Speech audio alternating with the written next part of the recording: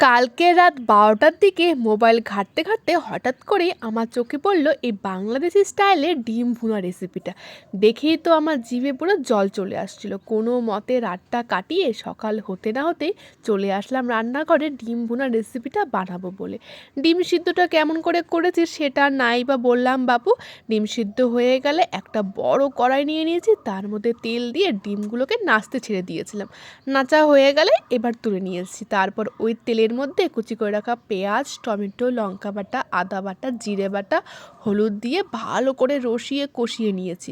তারপর কিছুক্ষণের জন্য ঢাকনা দিয়ে উঠিয়ে নিয়ে দেখছি তেলগুলো ছেড়ে আসছে। এবার আর কি, ডিমগুলোকে দিয়ে নিয়েছি। ডিমের ঝোলে ডিম না দিলে হবে বলো তো? তাই ডিমটাকে দিয়ে ভালো করে রসিয়ে কষিয়ে নিয়েছি। তারপর অল্প একটু জল দিয়ে টকবক টকবক করে ফুটিয়েও নিয়েছি। শেষ পাতে একটু গরম মশলা আর ধনেপাতা না দিলে হয় বলো তো? বাস তৈরি হয়ে গেল আমাদের ডিম।